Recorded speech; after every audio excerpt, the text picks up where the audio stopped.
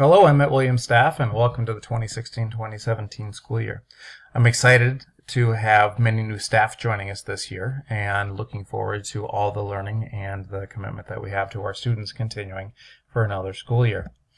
There are three purposes to this screencast. The first is to understand the instructional focus for 2016 and 2017 this school year. Secondly, to review the data collected from 2015-2016 that really targets and builds upon that instructional focus for 2016-2017. And finally, I'm going to utilize this time just to be able to share some relevant details about the start of school. Our district-wide goals by 2017 are to reduce by 50% our non-proficient students in reading and math, the achievement gaps in reading and math, the overrepresentation of students of colors in referrals, suspensions, and expulsions, and then at the high school level, district-wide, to reduce the underrepresentation of students of color participating in courses that earn college credit. And then building that into 2020, we are aggregating our work at Emmett this year and in previous years towards increasing the percentage of our past students who graduate from high school within 4 years to 90%, increasing the percentage of students who are ready for kindergarten, and then increasing the students who are college and career ready by 2020.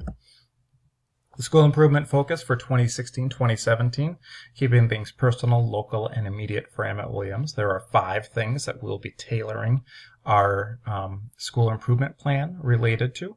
The very first is literacy coaching and training in special education. This is work that Siri primarily has been conducting and working with, and will continue along that way within the targeted and vested interests within providing supports and services around our unique learners. Then this will also include and unfold into some of our new CID students as well too. Secondly, in looking at our data, we need to do something different around our Hispanic students to increase MCA proficiency in reading and math. It's been slipping on us and on them over the last couple years, and I know that our heart and soul goes into our work, and so looking at opportunities to be able to do things a little bit differently to increase the MCA proficiency in reading and math. And then our third focus point will be reducing referrals in the playground, which is the location, number 1 location for our referrals for physical aggression by 30%, which physical aggression happens to be the number 1 referable behavior to the office. And then number 4, decreasing our overall referrals and our over referrals proportionally for black students. A black student in our school is 2.5 times more likely than a white student to be referred to the office for behaviors. And then finally implementing our new math curriculum, which will be an ongoing endeavor. Some information to share with you around the data. The first is survey data related to information that you shared about the operations of our school and looking at working at our professional community at Emmett Williams. I'm pleased to announce that all of these are green, and this follows a stoplight pattern, so any areas of concern would be in norm group comparison across the nation, that's the norm group here, would be in red, and then neutral areas would be yellow, and proud to say that all of our areas are strong, and there is still some of this that I gleaned from our work around collaboration that I can continue to support and build forward with as we go. And then very proud around that very bottom element, which is supportive environment, that the school is identified as being safe, demanding, and supportive, demanding there in an academic, rigorous way. Our parent survey, we had shy of 200 parent surveys. And this was information that was gathered on paper in English and in Spanish during our school concerts, where I believe that we have the greatest parental attendance of any of our events. And so as you look at the column on the left, this is the distribution by race of the people who responded to the survey. And then as you look at the column on the right, these are our student demographic breakouts by race. So you'll see here, my takeaway here is that our white voice is a little bit stronger in our parent survey than our other voices, in particular our Hispanic voices. Needs to be heard a little bit more and sought out, which will be part of our goal, working with our liaison to be able to grow in that area. The parent survey, I'll just give you a chance to look over these.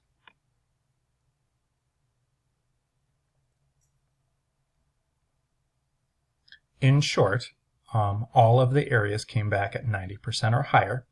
And this does show a little bit around some of the aspects of things that we can do and that I can do to continue to make the school experience be a positive one for families, and for students. The bottom one is one that I'm really quite proud of, and that is that the question is, I'd recommend my school to other families, and close to 98% of the survey participants said that. The value of learning by the numbers. So this is a review of student achievement data from 2015-2016.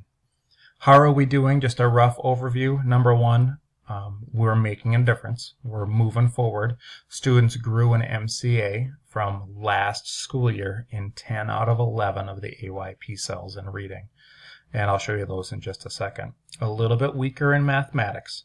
So students grew in only 8 out of 11 of those cells in math.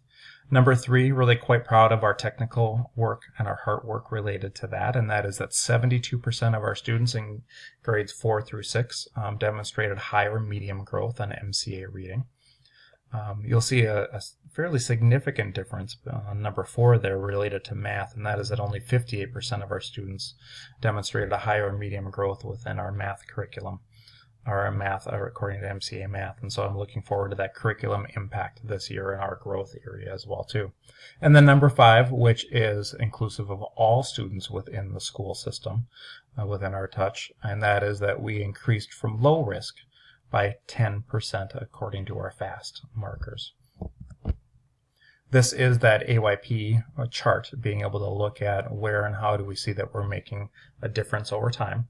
And as you look at the very first row, and this is the group which is all students, this happens to be grades 3 through 6 for MCA, and this is proficiency in reading. And so as you follow that across, we are at 64.78%, which is a significant increase from last year and right about where we were the year before that.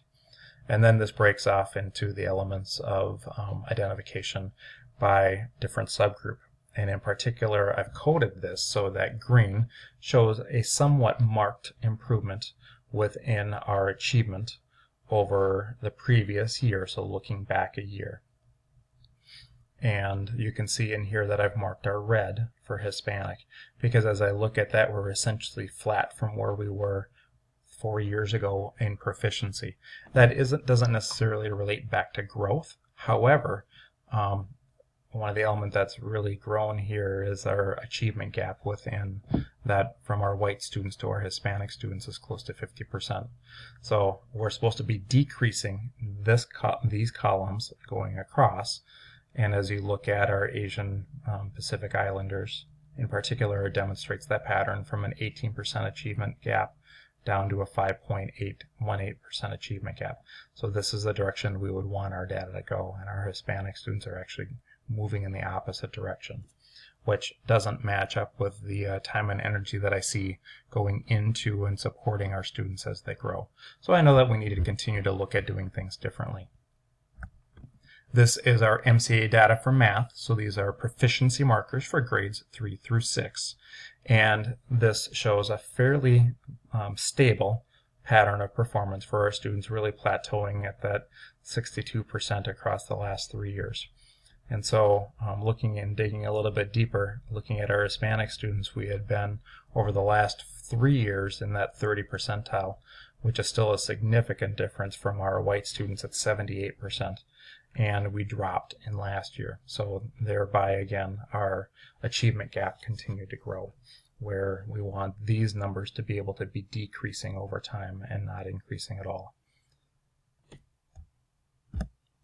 This is a brief overview of our FAST screening results, and this is the fall column. So looking at fall from 2015-2016 to spring.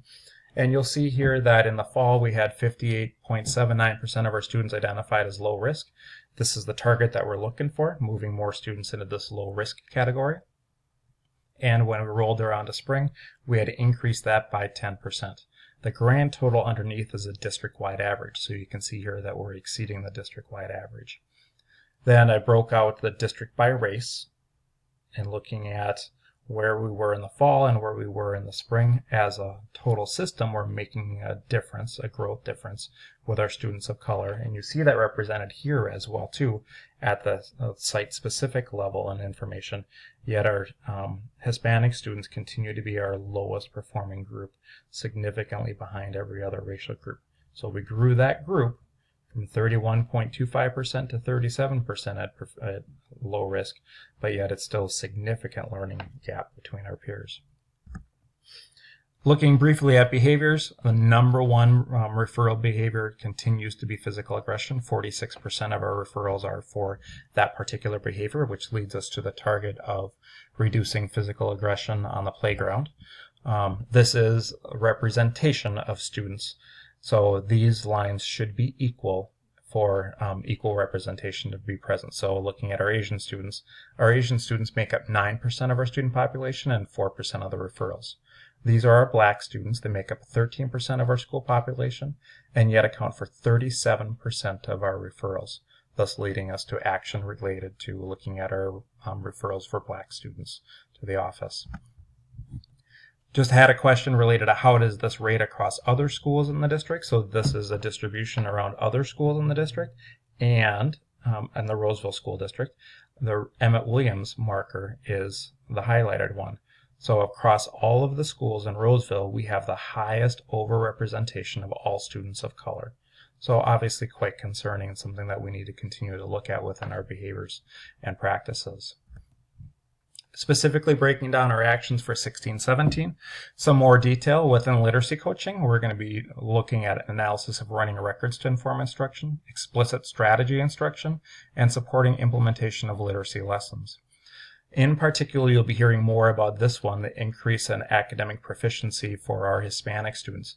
An approach that we're going to be taking this year is really looking at academic discourse, building academic discussion and learning spaces through strategies that are scaffolded. In particular, math talks, beyond turn-in talk, really getting our students who are Hispanic being able to talk about academics and building structures for that. Increasing communication through partnering with liaisons to support families, and that's an obligation on all of us. And then tailored press interventions and procedures for ELs. Then looking more specifically at our behavioral aspects, reducing aggression on the playground. Some of the elements that we'll have in place this year are restorative justice processes, targeted mentoring, teacher supervised and directed, if more than 2 times per week, recess time. So if you take your class out for extra recess time more than 2 times, you'll need to put some structure into that for them, and I'll share more about that as we go. Time for classroom teachers in recess or lunch for 5 minutes, and I'll talk about that. And then in particular over referrals of Black students, continuing with our mentoring because we know that makes a difference, building and expanding our mentoring, and then including parent and student voice and over referrals, and I'll take the leadership for that. Details for the start of school, 2016-2017, things you need to know. Utilize the EDW landing page. It's an expectation that every person know and access that. So there's a new feature on there, which is the calendar. All of our calendar and all of our building-wide based calendar activities, we no longer have a paper calendar in the staff lounge or in the workroom, are found to be on that landing page, and it's under the schedules. The data related to instruction, anything you need for your work is there. If it's not there, let me know and I'll put it there. The handbooks that are expected are there under handbooks, and then any other resources you need for your work. So please make sure that you visit that and familiarize yourself with the resources there. Changes that will be coming your way this year that we'll work through within the dress code. I've removed the prohibition on hats from the handbook. I didn't make any other statement related to that. I just removed that line. So we'll talk about where and how that lives out in our daily practices. For indoor recess, it is an expectation this year that classrooms will be open and unlocked. Teams can recommend how this looks, and we'll work with me and the assigned teacher assistants for expectations for all students. So start churning and thinking about it within your team time. And then recess. I did add 5 minutes to the recess time period. A piece of expectation that I have for that is that I didn't increase I didn't increase the teacher contact or decrease the teacher contact time because of that, so that I do expect that teachers either attend lunch 5 minutes ahead with their students or join them for recess 5 minutes at the end. At the end of that time, it's a great time to connect with our kids, and I'll talk with your teams more about that. Responsibilities, teachers, please review the landing page and look at night commitments, conferences, schedules, and handbooks. Teacher assistants, please join us for PBIS meetings, and I'll send this information more specifically to you.